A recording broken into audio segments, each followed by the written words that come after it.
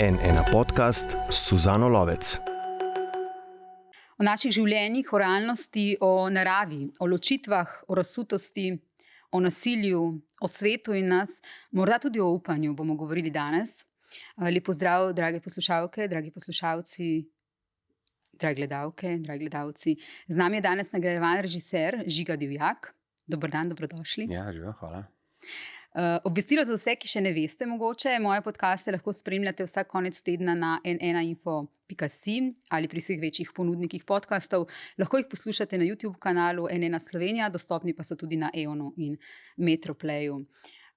Začela bova z Jato. Gospod Divjak, jeseni ste štartali predstavo Jata v Mladinskem gledališču. Ta predstava se ukvarja z iztrebljanjem jate priseljenih vran na Nizozemskem. To se je res zgodilo, to je resnična zgodba in govori o našem odnosu do živali. A v njej so seveda jasne paralele tudi na človeški svet. In spomladi vas v SNG Nova Gorica čaka predstava Anhovo. Tako je. Zdaj, to je naša stvarnost na odru gledališč. Kaj imajo skupnega odstreljene vrane na Nizozemskem in azbestoza v Sloveniji? Ja, na nek način se mi zdi, da je oboje nek simptom sistema, v katerega smo ujeti. In to je v bistvu nek sistem, ki producira uničevanje narave in posledično tudi na uničevanje človeških življenj, pa seveda vseh drugih bitij, s katerimi si delimo ta svet. Oba primera morda pokažeta na nek način to, kako smo zaslepljeni z nekim načinom delovanja. Torej, kako recimo v Anhovem še zmeraj ta kapital drži nekako ljudi v šahu in se kljub temu, da se je veliko stvari pač uredilo in tudi z zadnjim zakonom zgleda, da bojo stvari šle na boljše, pa vendarle je to nek sistem, ki v bistvu spominja na neko sodobno kolonizacijo, samo da se tokrat dogaja Sloveniji, ne pa to, kar ponovadi zahodni svet nekako proizvaja oziroma seli v neke druge okolje. Torej, to je neka proizvodnja, ki je v rokah Italijanov in Avstrijcev in ki tu kuri v bistvu smeti, ki bi jih drugače morala nekje drugje. Govori pa, da to počne zaradi tega, da ohranja delovna mesta. Teh delovnih mest je seveda bistveno manj, kot jih je nekoč bilo. Proizvaja pa seveda neko onesnaževanje v okolju, ki si bi absolutno zaslužilo, da bi bilo razrešeno in da se tam te stvari ne bi dogajale zaradi vseh grozljivosti proizvajanja salonita v preteklosti, torej ukvarjanja proizvajanja z azbestom in tega, koliko je tega azbesta šlo v zrak in v okolje.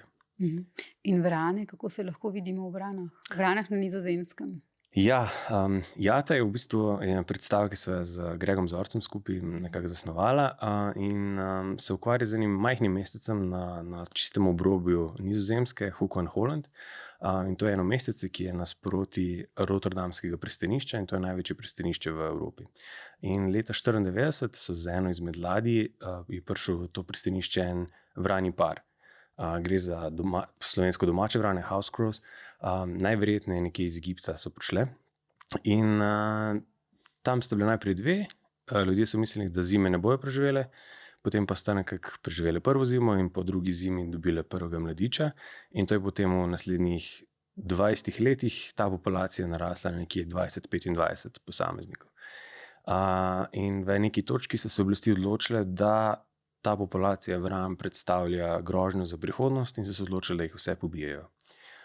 Seveda so te vrane, kot vse druge vrane, izjemno inteligentna bitja in so nekako vzpostavljali nek prav odnos z lokalnim prebivalstvom in te lokalne prebivalstvo je seveda poskušalo vplivati na odločevalce, da je to popolnoma nesmiselno ukrep, zaradi tega, ker se te vrane niso pretirano razmnožile, ker je v tem okolju so tudi druge vrste vran in da na nek način ne predstavljajo nekakršne grožnje za pač okolje oziroma da se ne bojo pretirano razmnožile v prihodnosti.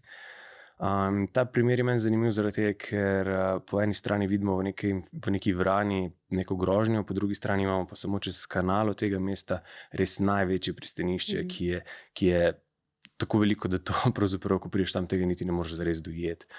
In tam se ta je nek osrednje mesto, recimo temu, te globalne trgovine in potrošništva. In po eni strani tukaj gledamo nekaj, kar označimo kot grožnje za prihodnost, po drugi strani pa ne moremo videti samih sebe in našega delovanja, ki še kako ogroža življenje pravzaprav čisto vseh biti na tem svetu. Spomnimo se med drugim tudi vaše predstave Game o nečloveškem ravnanju z ljudmi, brutalnem nasilju na balkanski begunski poti. Predstave 6 o mladoletnih beguncih oziroma o dogajanju takrat na lokalni ravni, ko je leta 2016 v Kranju se razvedelo, da želijo 6 mladoletnim beguncem brez spremstva omogočiti nastanitev v dijaškem domu. Spomnimo se predstave Vročina o podnebnih spremembah. Z mnogimi predstavami, ki jih režirate, z dokumentarnimi prikazi, opozarjate na probleme v družbi. Me zanima, med publiko, prihajajo te predstave, vaše predstave, dokumentarne drame, recimo gledati samo že prepričani, da tako rečem. Kdo je v publiki, kaj vam sporočajo? Ja, to je en od teh, se mi zdi, argumentov, s katerimi se, recimo temu, angažirana umetnost večkrat sooči, in to je to, da prepričujemo samo prepričane. Zdaj, jaz v tej družbi več ne vem, kdo je prepričan in v kaj je sploh še prepričan, in na nek način tudi sam hrepenim, da tudi če pridem na neko okolje, v katerem bom samo dobil potrditev vsega tega, v kar verjamem, bom vesel, da bom to dobil zaradi tega, ker se mi, da sem ves čas v bistvu iz vseh strani zbombardiran pa z neko ideologijo, s katero se absolutno ne strinjam. Tako da se mi zdi, da tudi če bi te predstave zgolj prepričevale prepričane, se mi zdi, da je tudi to pomembno v tem smislu, da se ohranja neko vero v to, da je mogoče drugačen svet mogoč, oziroma da je nekaj zares narobe z ustrojem, v katerega smo ujeti. Zdaj, mislim, da se mogoče včasih umetnost, ki se ukvarja z neko družbeno realnostjo, ali pa ki jo ponovadi imenujemo kot recimo temu angažirano umetnost, da se začne precenjati z učinkom, ki ga bo imela na neko realno okolje. Pa nisem čisto prepričan, da je to nujno najbolj smiselna pot. Zaradi tega, ker mislim, da se je naše čustvovanje v vseh teh časih preprosto toliko spremenilo, da morda potrebujemo umetnost, ki nagovarja to vrstno čustvovanje in ki poskuša nekako nagovoriti neke dileme, neke konflikte, ki so v nas. In torej mogoče neka angažirana umetnost se pravzaprav od tega, kar imenujemo kot bolj klasično umetnost, nujno ne razlikuje toliko v tem svojem poslanstvu. Seveda si jaz želim vsako predstavo, da bi spremenila svet, kot si želim za kak članek, da bi spremenil svet, ampak če bi pa to umetnost precenjeval samo skozi prizmo, ali bo spremenila svet ali ne, bi na nek način nehal verjeti v umetnost.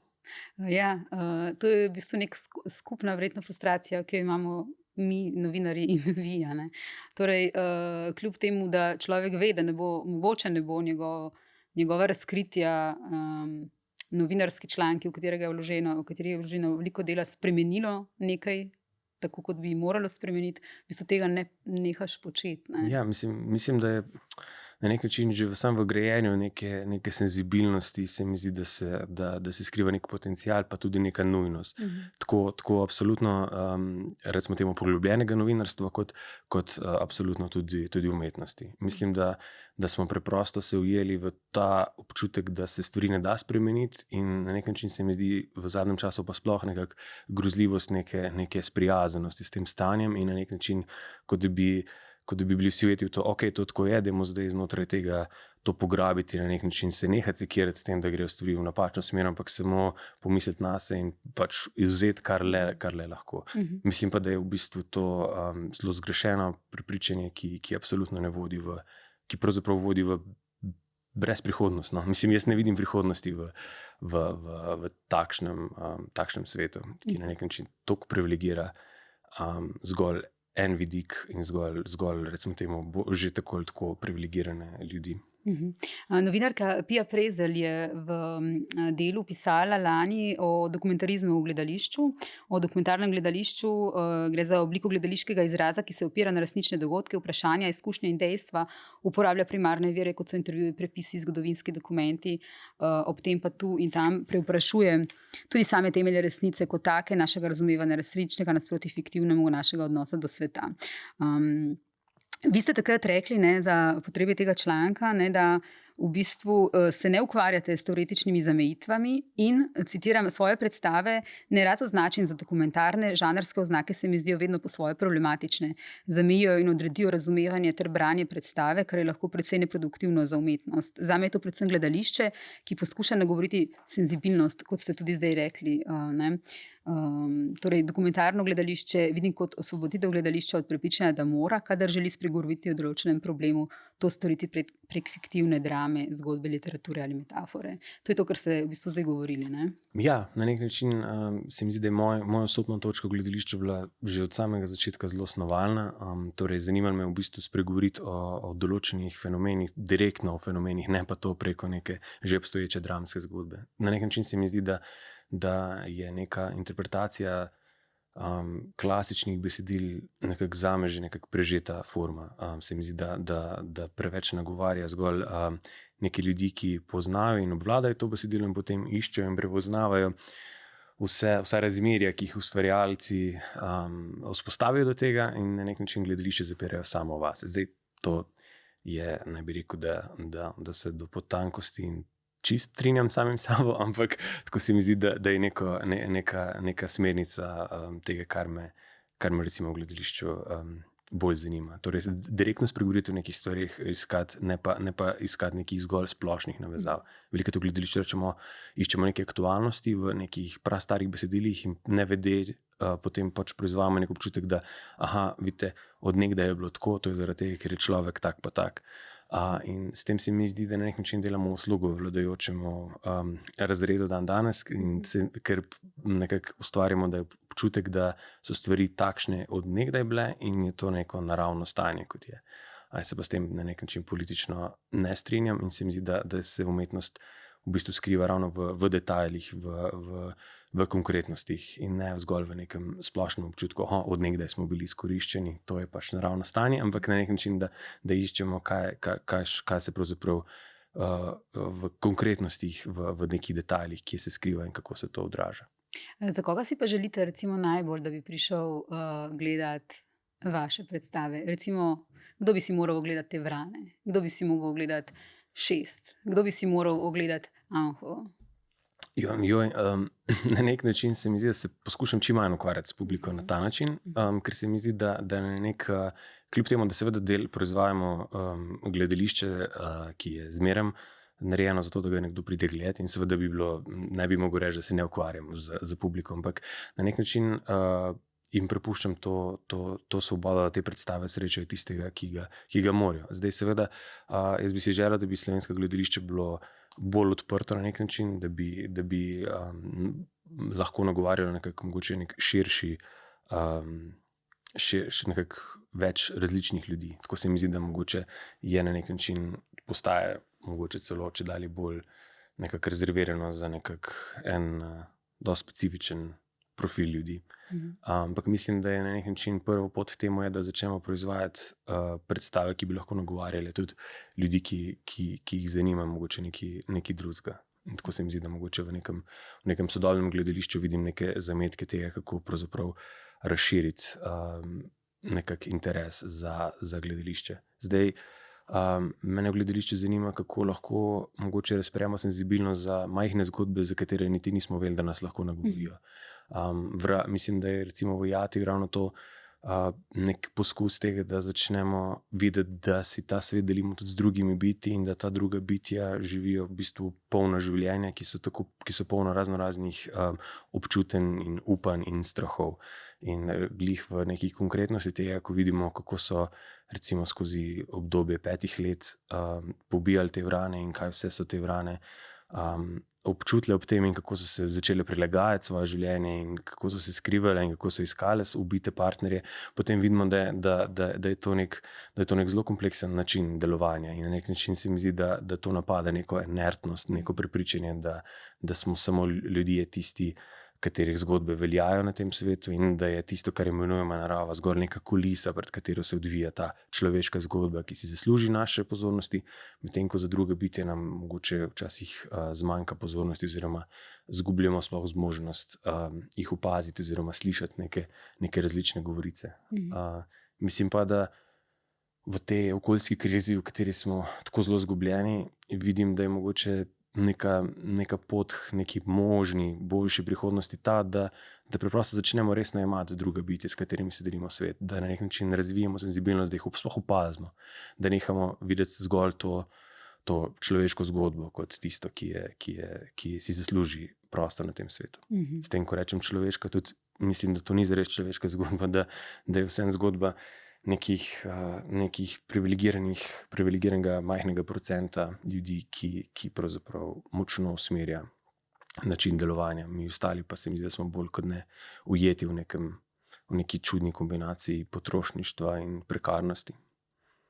Ja, ob vaših v bistvu predstavah nekaterih imam občutek, da v bistvu gledalce bolj pretrese igralec, ki pred njimi igra begunca, kot pa recimo, ki je deležen nasilja, kot pa posnetki in fotografije, recimo novinarske ali pa nevladnih organizacij, teh istih resničnih ljudi, ki se jim to dogaja. Imate tudi vi ta občutek, da grejo recimo novinarska poročila nevladnih organizacij, s katerimi vi k temu še pride, da sodelujete, mimo in se manj dotaknejo ljudi, kot v bistvu usode te istih ljudi, ki jih vidijo na vašem odru?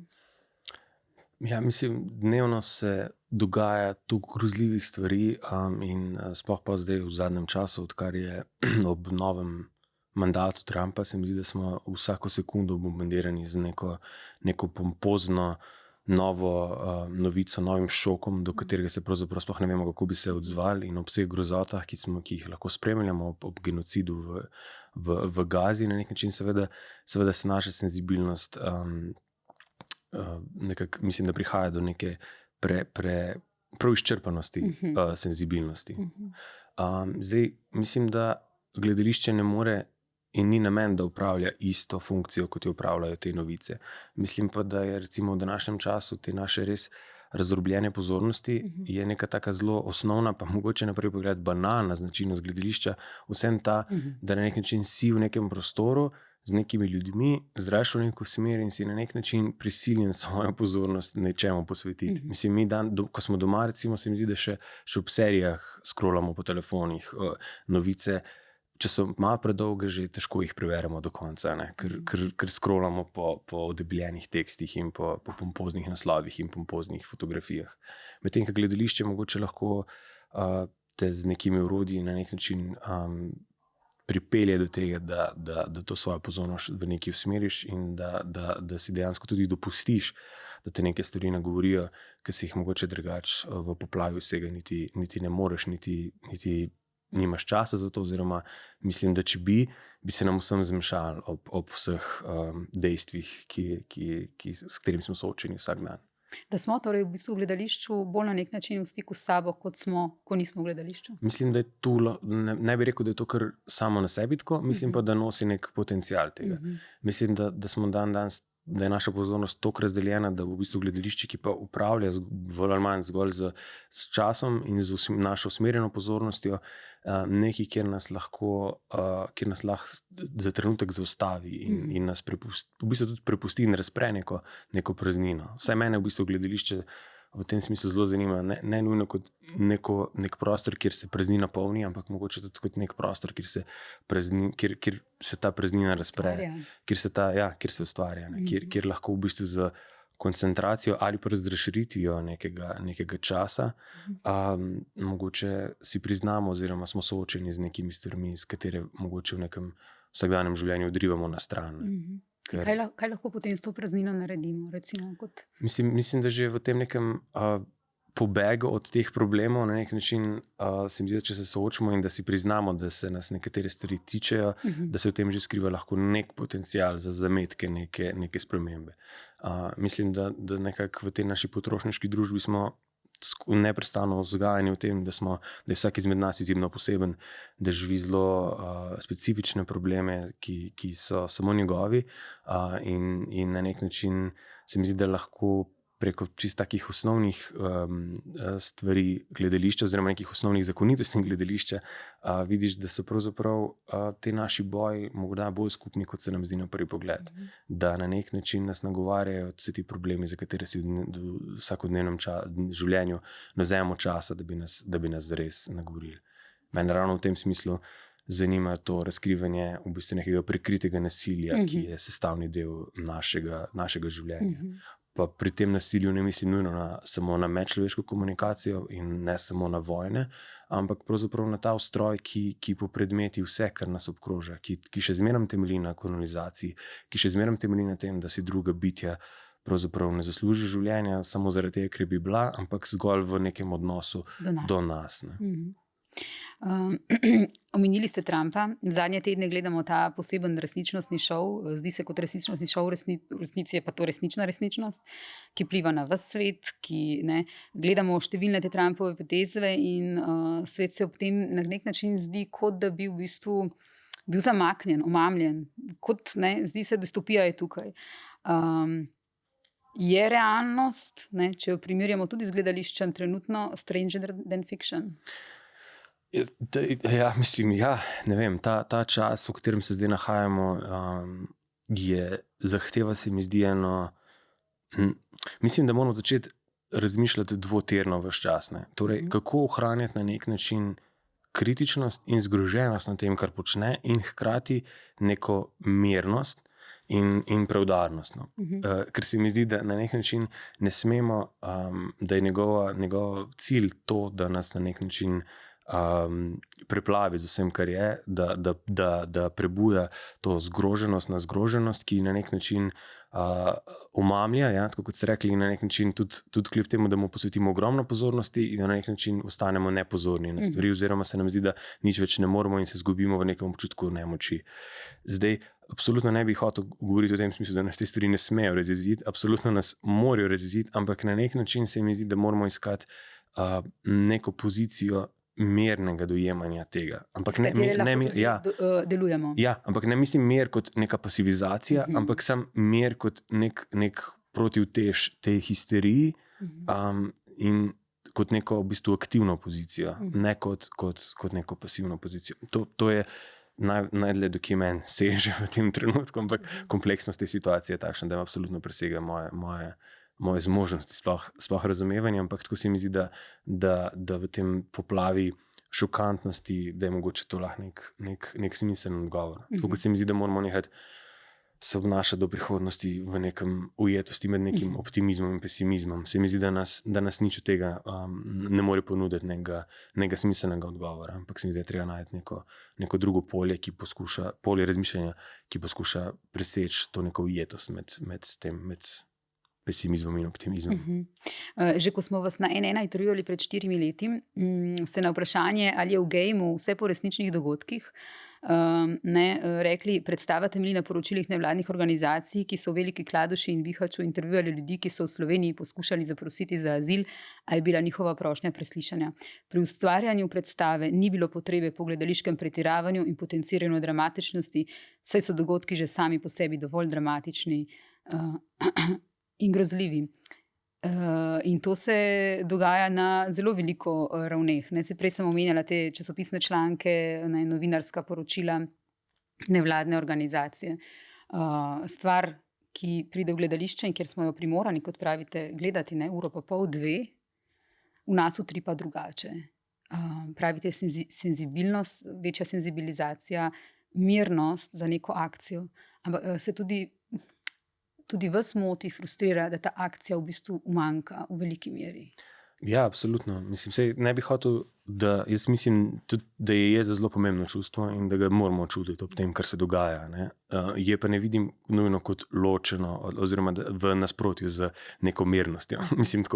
Da je nek trenutek tega, da mirno reagiramo na neke stvari in zavestno lahko tudi jezno in besno in da si to zaslužimo in da je to v bistvu pravzaprav v nekih primerih tudi nujno.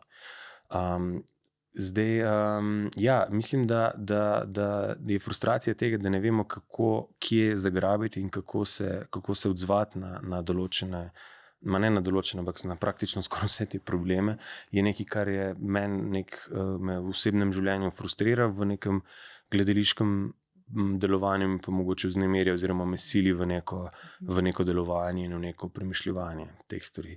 Mislim, da je cela recimo prizoritev Vročine je na nek način nek poskus prikazati, da je stanje, v katerem se nahajamo, pravzaprav en podaljšan trenutek tega policista, ki sloni z kolenom na George Floydu in so on there, I can't breathe. Se mi zdi, da pravzaprav vsi živimo en ta podaljšan trenutek, I can't breathe, ki je pač tukaj je upočasnjen na nek način in razširjen, da se ga pravzaprav ne zavedamo.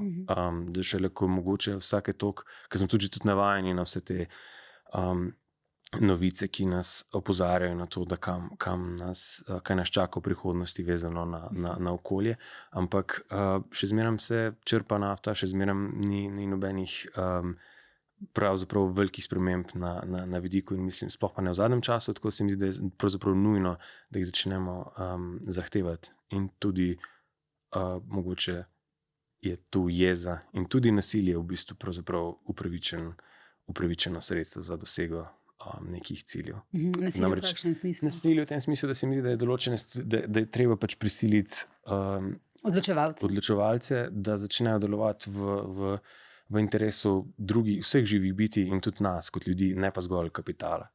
Hočem reči v tem smislu, da je to borba za prihodnost. Da je preprosto, mislim, da je nedopustno, da v današnjem času obstajajo luksuzna vozila, ki trošijo več CO2, kot je potrebno, da priješ od točke A do točke B. Da je preprosto nedopustno, da obstajajo privatne jahte v času, ko imamo stanje CO2 v atmosferi takšno, kot imamo. Mislim, te stvari ne bi smeli biti upravičene zgolj zaradi tega, ker imaš denar, pa si jih lahko privoščiš. To je nek sistem, ki je najdlje možno od tega, kar naj bi demokracija pomenila. Torej, nasilje v smislu bolj odločnega upora proti temu, kar se mnogim zdi samo po sebi umevno, v resnici nas pa vodi točno v to prihodnost, ki se jo bojimo in od katere smo omamljeni. Pa tega tudi na nek način, če zdaj vzamem ključ in popraskam nek proše, je to vidno kot, je to zločin. Je to kazensko. Medtem ko nekdo, ki vozi tak avto in proizvaja bistveno več CO2, kot bi ga lahko, obstajajo bistveno boljše alternative, recimo, to njegovo dejanje ni smatrano kot zločin proti človeštvu, pa bi na nek način in bi moglo biti. Govorimo o nekem družbenem tem. In zdaj, kaj nam tle preostaja? Mislim, ne vem. Ni slučajno ne govorimo o nobenim fetišizaciji, kakršnega koli nasilja, ali pa sploh ne, ampak samo govorimo o tem, da je mogoče, da je na nek način stanje v svetu takšno, da od nas terja neko odločnejšo pozicijo, prav neko borbo za preživetje na nek način. In mene zanima ravno to preizpraševanje, kaj pravzaprav danes dojemamo kot nasilje in česa ne. In kaj se skriva za tem. Še zmeraj živimo pač v družbo, kjer je to se ščiti osebno lastnino, ne pa možnosti za preživetje. No, saj sem tako, da ne bo kdo narobe razumel. Skratka, absolutno ne govorimo o fizičnem nasilju proti drugemu človeku, ampak recimo, verjetno ste mislili tudi na proteste, ko mladi recimo zasedajo avtocesto ali nek muzej ali letališče za to, da bi protestirali proti temu, kar narobe delajo, je to dojeto kot nasilje. Tista stvar, ki pa v bistvu proizvaja neke posledice za vse nas, pa jo torej tudi pravosodni organi ne dojamejo kot nasilje. Tukaj smo navajeni ta status quo, da vse, kar mal zatrese, se mi zdi nek naš ustaljen način delovanja, dojemamo zgolj kot, zelo hitro ste, kaj se pa to grejo, kaj pa je to, jaz imam pa pravico, da se... Ja, ampak ta način delovanja, življenja, v katerega smo vsi ujeti, proizvaja pač neskončno uničenje. Jaz ne mislim, da to počnemo nalašč, ali pa večina izmed nas, da si to tudi želi, ampak na način smo ujeti in imamo občutek, da nič ne moramo narediti. In človek se pač samo sprašujemo, do kje vztrajati v tem občutku, da se nič ne da in kje bo treba začeti na nek način odločnejšo to bitko in zahtevati neke spremembe. Spremembe bolj radikalne, kot Tako, jih zdaj vidimo. radikalne, ali pa ne vem, če so to pravzaprav radikalne. Mislim, da na nek način je radikalno to, kar zdaj živimo. Da živimo v bistvu naprej, kot da se nič ne dogaja. Tako, radikalno se mi zdi, da je to, da imaš preprosto denar, da ti omogoča nadaljnje uničevanje vsega, kar je. Mislim, da je to najbolj radikalno, kaj se dogaja. Radikalno je to, da se želi še povečati črpanje nafte, da ne prihaja do nekih temeljnih premikov v načinu delovanja in ustroja tega sveta. Mislim, da je to najbolj radikalna stvar, ki se trenutno dogaja. Yeah. Mislim, da so vse te poskusi neke spremembe, se mi zdijo, da so zgolj neki odzivi ljudi, ki preprosto še niso otopeli in na nek način si ne predstavljajo in ne morejo razumeti, zakaj lahko živimo, kot da ne vemo vseh stvari. Vsem tem, o čemer zdaj govoriva, o tem nasilju, ki se dogaja okolju, ki se dogaja deprivilegiranim, ki se dogaja beguncem, ki se dogaja ki se dogaja jati vseh nas. Ob vsem tem, kar gledamo, nasilje, vojne,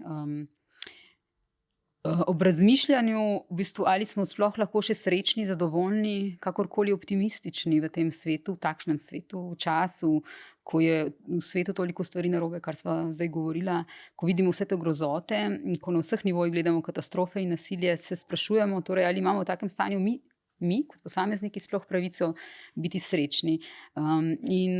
Ob tem razmišljanju mi je v bistvu pred kratkim nekdo, ki mi je blizu, pocitiral Andreja Tarkovskega, ko je razmišljal o svojem postapokaliptičnem filmu Stalker in njegovi glavni tezi.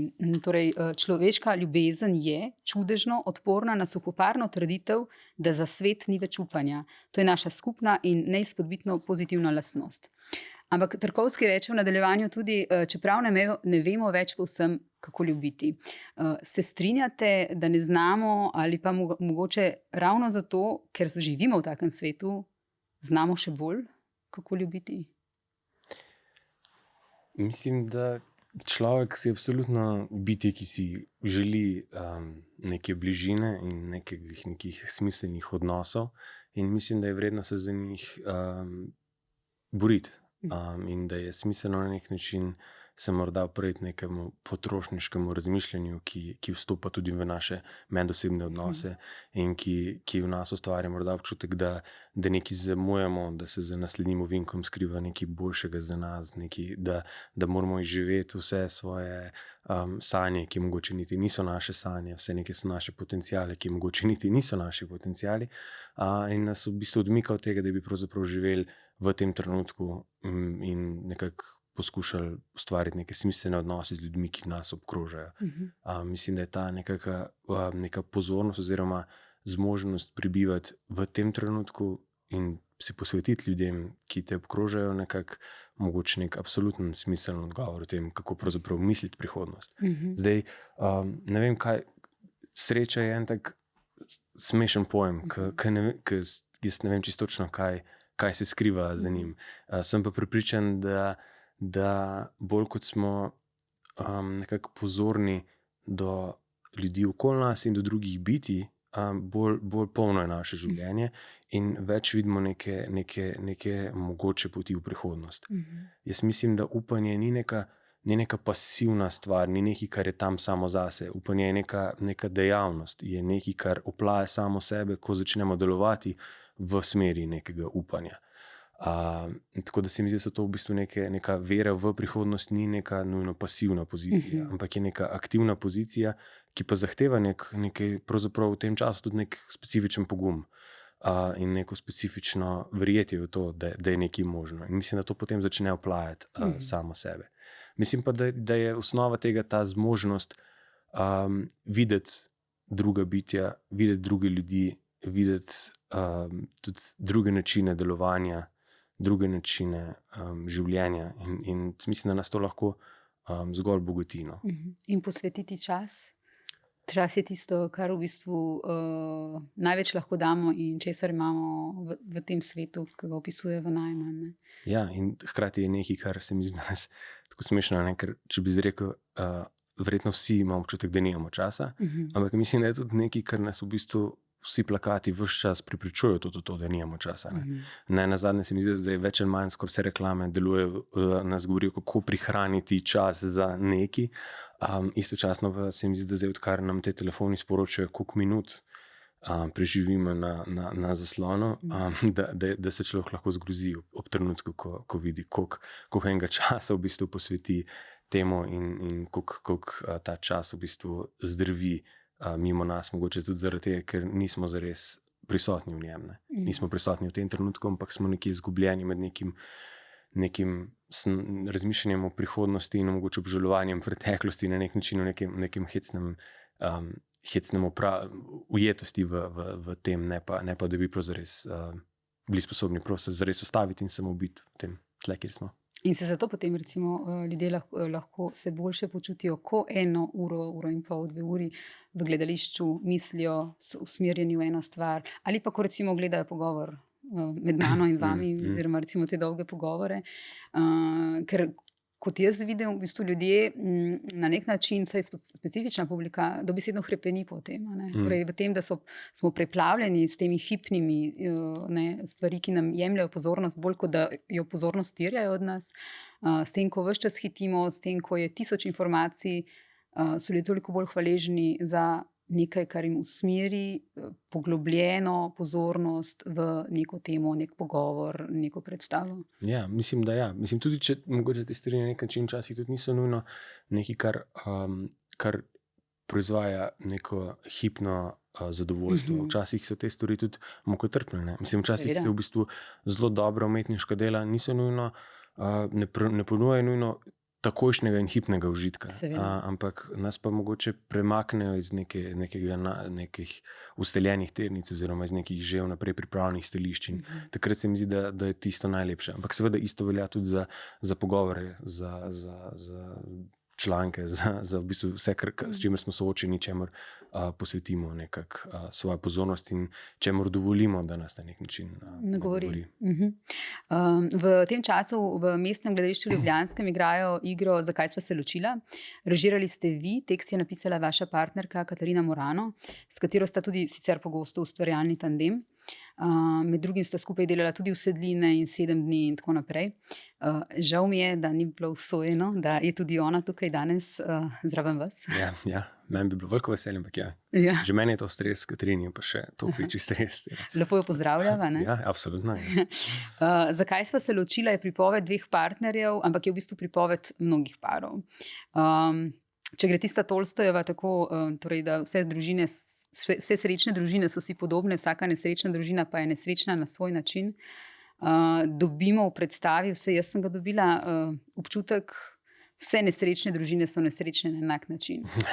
Ja, torej, koliko je sodoben način življenja, tudi to, kar sva zdaj že nekaj odprla, torej ti opravki, zadolžitve, hitenje, izčrpavajoče službe, mimobežna življenja, to, kar ste vi imenovali malo prej, da živimo za prihodnost in hkrati obžalujemo preteklost. Koliko so ta mimobežna življenja kriva za to, da sta se ločila, da se je ta par ločil, da se ljudje ločujejo? V predstavi se v bistvu zdi, kot da nekako vidite to kot nek poglaviten razlog. Ne? Ja, mislim, meni se zdi, da odgovor na to, da ste se oni ločili ali ne, da tega odgovora ni, da to nekako ostaja odprto. Mislim pa, da ne s Katarino zanima, kako pravzaprav pokazati, da v bistvu ta svet še kako vpliva na nas, na vsa polja našega življenja. No? Torej, da v bistvu ta neko prepričanje, da lahko ustvarimo neko intimno oazo, je na nek način iluzija. No? Temu se ne da. In zdaj ne da se ubežati svetu. In to pomeni, da se moramo s svetom soočiti, kakor pač zmoremo. Mislim, da je to en primer enega para, ki ima to srečo, da je dovolj dobro pozicioniran, da lahko sploh razmišlja o določenih stvareh, da ima čas se soočati z nekimi problemi, istočasno pa je ujet v to neko smešno neko prekarnost oziroma neko obliko tega, da ima ravno dovolj, da ne želi tvegati zares spremembe oziroma ne ve, kako sploh misliti zares spremembe in hkrati je ravno premalo, da bi na nek način bil brezskrben v tem trenutku. Mislim, dobro, to je en vidik tega. No. Drug vidik tega pa je seveda to, da se pač velikokrat v teh osebnih odnosih zgubimo v nekih lastnih problemih, da mogoče pozabimo na to, da so to neki naši izbori bili in da je vredno na nek način se jim posvetiti in da nekako iskati, kako lahko to naše življenje obogati, ne pa nujno, kako jih dela težje ali pa ne, na nek način. Je v bistvu v takem času, v teh naših življenjih, bom rekla, nasilje, na narekovajih nasilje, to sprememba, o kateri ste prej govorili, s tem mislim nasilje, torej to, da se odnosom bolj posvetimo. Mislim, da bi rekel Srečko Horvat radikalnost ljubavi. Ja, absolutno. Srečko Horvat je to zelo odlično zastavil v tisti knjigi, pa mislim, da je nasplošno, da se velik odgovor skriva v ljubezni. Ne? Mislim pa tudi, da je na nek način tale, zakaj se ločila, da je neko soočenje dveh različnih pozicij, ki jih v bistvu dva čuteča posameznika zastavita v odnosu do sveta. Ena je ta pozicija, neka potreba potem, da bi se stvari zaustavile, da bi se nehali pretvarjati, da je vse v redu, da bi na nek način zarezali s to realnostjo, in druga, ki ravno tako čuti te stvari, ampak ima občutek, ne, pa saj se pa še zmeram da, dajmo na nek način nadaljevati in najdeti nekaj lepega v tem, kar je. Jaz nimam odgovora, oziroma sam mislim, da predstava tudi en od poskusov soočenja teh dveh silnic, ki se mi zdi, da je mogoče v marsikaterem izmed nas bivajo. No? Torej neka potreba po iskanju smiselnosti v tem, kar živimo zdaj, in neka potreba po nekem prerezu z obstoječim stanjem in z nagovoriti stvari točno takšne, kot so, kar bi terjalo od nas neko spremembo. In neka tenzija med tema dvema delovanjima seveda vpliva na vse nas. No? Hkrati pa se mi zdi, da je tudi zakaj se odločila nek odgovor na ta svet, v katerem se nahajamo in v katerega smo pravzaprav ujeti, in to je to potrošništvo, ki potem na nek način veliko stanje sveta kaže kot neko našo, kot da je naša izbira tista, ki bo spremenila ta svet. Zdaj, jaz mislim, da je to neka lažna pozicija, kar pa nas seveda ne odrešuje odgovornosti za ta svet. Zgolj mislim pa, da zgolj te potrošniške odločitve absolutno ne prinašajo neke prave zares spremembe, ki bi bila nujna. To pa ne pomeni, da ni pomembno vse male spremembe, ki jih lahko naredimo v našem življenju. Mislim pa, da se hitro znotraj tega ne ujamemo v ta nek greenwashing, ki je danes še kako prisoten. Ne nazadnje, če pogledamo pravzaprav katerokoli izmed teh vreč trgovinskih, bomo videli, da skoraj vse imajo noter neko izpeljavo tega zelenega, recycling, bodi sprememba, nosi sprememba, ne vem kaj še vse. Medtem pa business as usual teče. Ja, seveda. Ja. In ravno zaradi tega teče. Kot jaz vidim to predstavo, pa me boste popravili, če sem prav dojela, vidim tudi, da v bistvu dva, ki ne moreta živeti skupaj, ker eden ne razume strahov drugega. A so ljudje, ki ne razumejo strahov eden drugega, lahko skupaj, lahko preživijo? Ja, ne vem. Mislim, da je vsak človek zase svet na nek način. Ne, mislim pa, da so te strahovi so ena zanimiva stvar, se mi zdi, da se zdaj s ponovitvami dogaja, da recimo veliko ljudi ravno ob teh strahovih pa reče, njenih. Ja. Reče, sem mislil, da sem nekaj posebnega. Nisem vedel, da je to tako nekaj, kar se mi zdi, da je tudi ena od teh stvari, da na nek način še zmeraj ne zmoremo zares pregovoriti o vseh teh stvareh. No.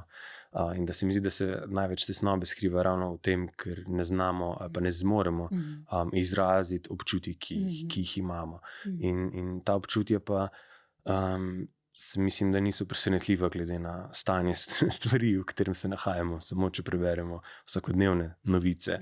Mislim, da je nek odziv nekoga, ki še ni razvil nekih hudih filtrov okoli sebe, da teh stvari ne bi resno imel, oziroma vse svoje razsežnosti, potem mogoče ni, potem je njegov odziv verjetno tesnoben na vse to.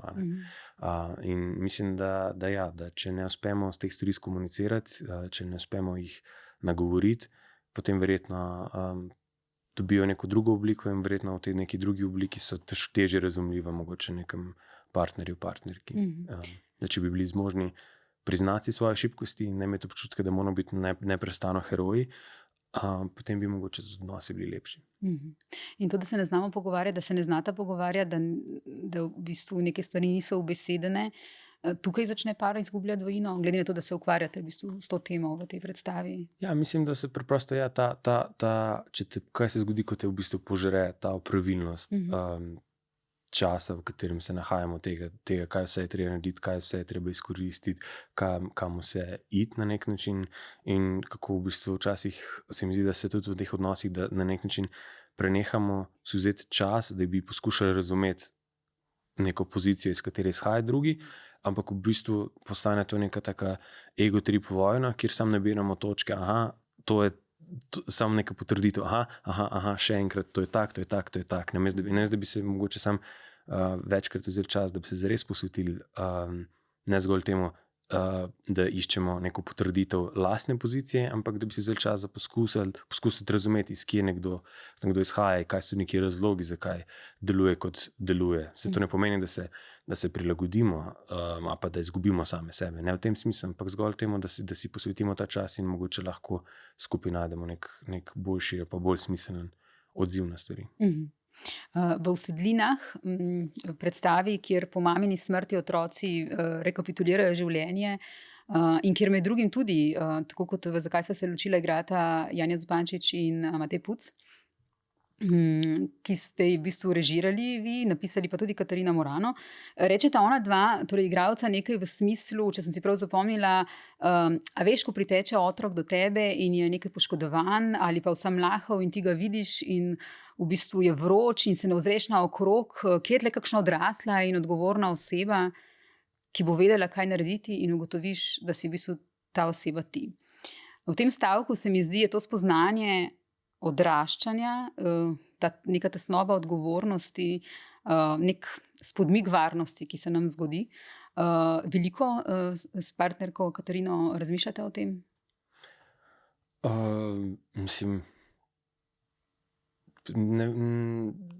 Mislim, kako bi rekel, vse te predstave seveda se mi zdi, da izhajajo iz nekih občutij ali pa nekih problemov, ki jih mi dva zaznavamo v svetu, in so v tem smislu osebne, niso pa na nek način privatne. Seveda, ja, nisem tako mislila. Da bi tako, se mi zdi, da kljub temu, da mogoče neki detajli izgledajo, kot da izhajajo iz nekih, ampak v bistvu pravzaprav to niso to najine zgodbe. So precej univerzalni. Mislim, da so v tej neki konkretnosti tega, da v bistvu živimo v bistvu bolj podobno življenje, kot si mislimo, ampak mislim pa, da s tem procesom odraščanja in prevzemanja odgovornosti, mislim, da nisem dovolj pameten, da bi znal to dobro pozicionirati, kaj se dogaja, ampak mislim, da je en od problemov te družbe danes v bistvu strah pred tem, da v bistvu prevzamemo neko odgovornost za svoja dejanja in da se pozicioniramo v tem. Mislim, da na nek način iščemo zmeraj nove vzvode, kako svoje dejanja nekako upravičiti, ne da bi zares prevzeli neko odgovornost za nje. Mislim pa, da je to predpozicija nekega boja tudi proti temu fašizmu, ki žal več kot očitno prihaja. Mislim, da se moramo spomniti na Hannah Arendt, ki tako čudovito reče, da nihče nima pravice biti poslušen. To pomeni, da na nek način moramo prevzeti odgovornost za svoje delovanje tudi v situacijah, ko si jih mogoče nismo sami izbrali, ko nismo te, ki diktiramo pravila igre, ampak vendarle mislim, da je na koncu dneva vsak posameznik na določenih pozicijah lahko naredi veliko večje problemov, kot si predstavlja. Včasih samo s tem, da je zvest temu, kar začuti v določenih stvareh, ne pa da zgolj slepo sledi nekim normam in nekem prepričanju tega, kar je danes prisotno. To je tisto, kar sem prej mogoče z nasiljem mislil. Nisem tukaj mislil nasilje, kot sem mislil mogoče to, da so v zgodovini bile stvari zakonite, ki niso bile pravilne. Ja, razumem. So bile pa zakonite. In da ta neko skrivanje za sam tem, kar je zakonito, kot nekim odgovorom, da to daje kar neko legitimnost, se mi zdi, da s tem treba absolutno radikalno presekati s tem in nazaj zbuditi to, da neko preprosto to, da si upamo misliti in upati in čutiti stvari. No? Da si predvsem to, da si dovolimo, da čutimo stvari ob tem, ne da skrivamo svoje emocije ob stvarih, ki nas obkrožajo. Skratka, da naredimo na kakršnikoli poziciji smo tisto, kar je prav, ne tisto, kar je bolj oportuno. Absolutno. To je to nasilje, ki ga imate v mislih. Mislim, da strah ne sme nas strah, se mi zdi, da je strah najbolj. Mislim, da je prepolni smo strahu in da je strah nekako v teh okoliščinah v bistvu zelo lahko neka pasivna drža, ki nas paralizira. No. Najti pogum. Vemo, da vaše predstave pogosto nastajajo tako, da greste tudi na teren. Tam, kjer se je nekaj zgodilo. Tako ste šli v Bosno, v begunske kampe, stište na Nizozemsko pogledati te ptice v muzej. Se opravičujem. V bistvu, a tam črpate to aktualnost, ki jo potem date na oder? Mislim, da je, v tem delu snovanja v bistvu neizmerno uživam. Mislim, da je nekaj čisto popolnoma drugega, ko smo stvarmi, kolikor pač je možno, ko smo soočeni z ljudmi, ki so bili vpleteni v neke situacije, ali pa ko preprosto vidimo. Recimo, ta Hoek van Holland je eno tako, to je majhno mestece, ki pa v bistvu prepolno kavk in tudi drugih vran, in tam te v sekundi rata jasno, da so te domače vrane, da so jih samo par domačinov je vedeli za njih in te navdušenci nad ptiči so hodili in so jih fotkali, ampak da tam nekega realnega problema, o katerem bi se tudi lahko pogovarjali, upravičeno, ne, ampak tle že v osnovi nekega realnega problema v bistvu ni bilo. Ne. Šlo je za neko agencijo, ki je hotela v bistvu upravičiti svoje delovanje in ki vidi pozicijo človeka na tem svetu kot nekoga, ki je tu zato, da upravlja s tem, kar rečemo, naravnimi viri in ki dojema svet, kot da je njegov, da ga izkoristi in z njim upravlja in ga varuje. Ampak, če se vrnem, mislim, da je to ful pomembno. No? Mislim, da je pomembno doživeti, kolikor je možno, vsaj delček tega nekako doživeti, biti soočen s tem. Mislim tudi, da recimo čisto v konkretnem delu z igralci, da kadar prije do tega srečanja, da se v bistvu ful nekih problemov odpravi. Ful se odpravi nekega pokroviteljstva, ki je včasih prisotno, ne nujno iz slabih namenov, ampak preprosto se mi zdi, da včasih, ko smo soočeni z nekimi zgodbami ljudi, ki so mogoče manj v nekih bolj mejnih situacijah ali pa v manj privilegiranih situacijah, kot so mi, da se včasih pojavi neko pokroviteljstvo načina, kako jih uprizarjati ali pa kako govoriti o teh problemih. In se mi zdi, da neko soočenje z ljudmi, z realnimi situacijami, da te stvari odpravi. No. Ker mislim, da je mene zmeram bolj kot neka videti neke pozicije žrtev, me zanima, kako videti o ljudeh nekako soborce, no? Kako videti, da so to v bistvu velikokrat tudi zgodbe izjemno pogumnih ljudi, ki jih je mogoče sistem, v katerem smo tudi usodno zaznamoval, ampak v bistvu pa vidiš velikokrat tam odzadaj tudi neko neskončno pogum in borbo, ki je poleg tega, da samo govorimo o neki krivičnosti ali pa nepravičnosti, hkrati tudi lahko inspirativna zgodba. Pri teh pticah je bilo v bistvu usodno to, da so jih predstavili iz enega predalčka, iz ene kategorije v drugo. Ne? Ja. V čemer lahko tudi vidimo v bistvu mnoge paralele v človeškem svetu, v današnjem svetu in v preteklosti. Mislim, one so bile najprej dane na seznam avtohtonih tujerodnih ptic, potem pa so, ko so se jih želeli znebiti, se je Društvo za zaščito živali pritožilo na sodišče, da tega ne smejo početi, zaradi tega, ker so zaščitene, in potem so jih iz enega seznama dali na drug seznam, in ko so pristali na tem drugem seznamu, so s tem opravičevali, da je možno, da jo populacijo pač izničijo.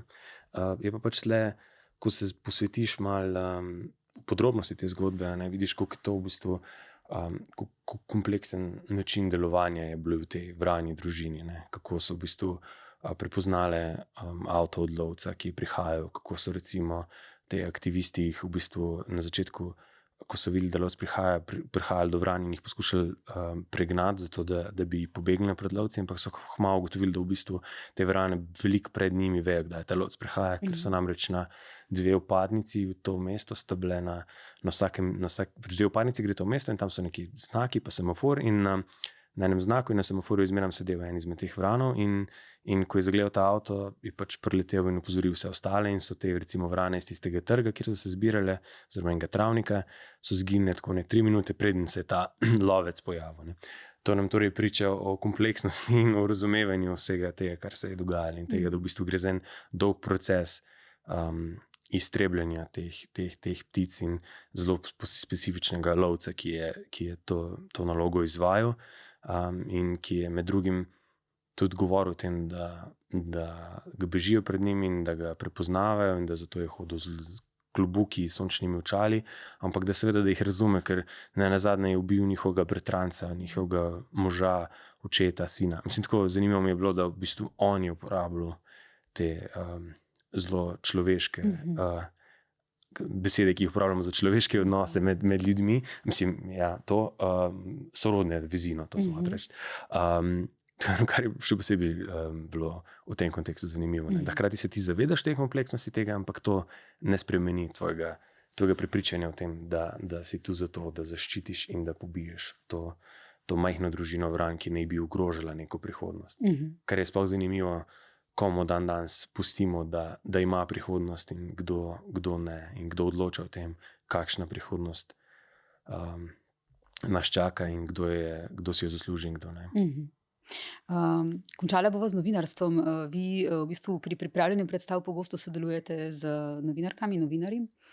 Če ne bi bil režiser, bi želel biti novinar, ste rekli, ker sta oba poklica v prvi vrsti boja proti laži, v prvi vrsti boja za resnico, tudi če je ta neprijetna in boleča.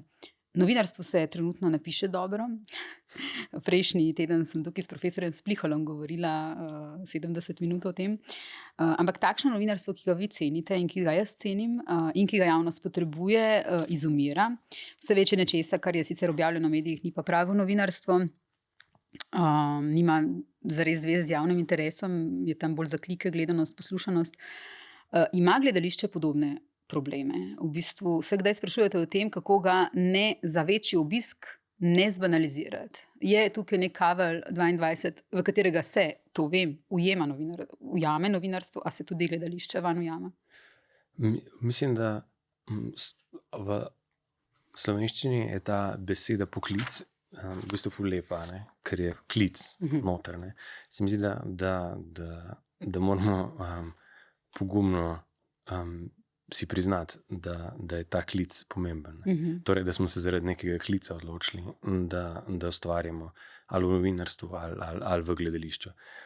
Ja, absolutno mislim, da je nek velik civilizacijski dosežek, da imamo subvencionirano umetnost v Sloveniji in ta omogoča, da se kvalitetna vsebina proizvaja in da je ta kvalitetna vsebina relativno dostopna. V trenutku, ko včasih se mislim, da je včasih zmotno prepričanje, da imamo subvencionirano umetnost zaradi tega, da lahko umetniki preživijo, da te reveži drugače ne bi mogli preživeti. Mislim, da je to malo napačno postavljanje stvari. Mislim, da bi mogli razumeti subvencionirano umetnost kot neko demokratizacija umetnosti, torej da je možno proizvajati kvalitetno umetnost, ki ni tam zgolj zato, da bi polnila dvorane, ampak zato, da se lahko posveti določenim vsebinam in da so te vsebine dostopne po relativno normalni ceni za veliko množico ljudi. Mislim, da nekako svojega delovanja ne smemo ne nujno, ampak sploh se mi zdi, da ga ne smemo postavljati v bok temu, koliko klikov, koliko lajkov in koliko obiska je. Mislim, da se moramo držati tega klica in v tem klicu pravzaprav vztrajati. Torej, tisto, kar nas je poklicalo in tisto, zaradi česar imamo čutimo nujnost in potrebo, da to počnemo. Tudi če včasih to gre proti toku in tudi če se včasih zdi, da zgubljamo ta boj, se mi zdi, da je v nekem vztrajanju, da se skriva nek smisel. Veliko bolj kot pa uklanjanju nekim trendom trenutka. Hvala lepa, gospod Žiga Divjak, hvala za povedano, za vaše uvide. Ja, hvala vam, z veseljem. In hvala tudi gledalkam in gledalcem, poslušalcem in poslušalkam. Naslednji teden nas ni, potem pa izjemoma 2 podcasta. Bodite z nami.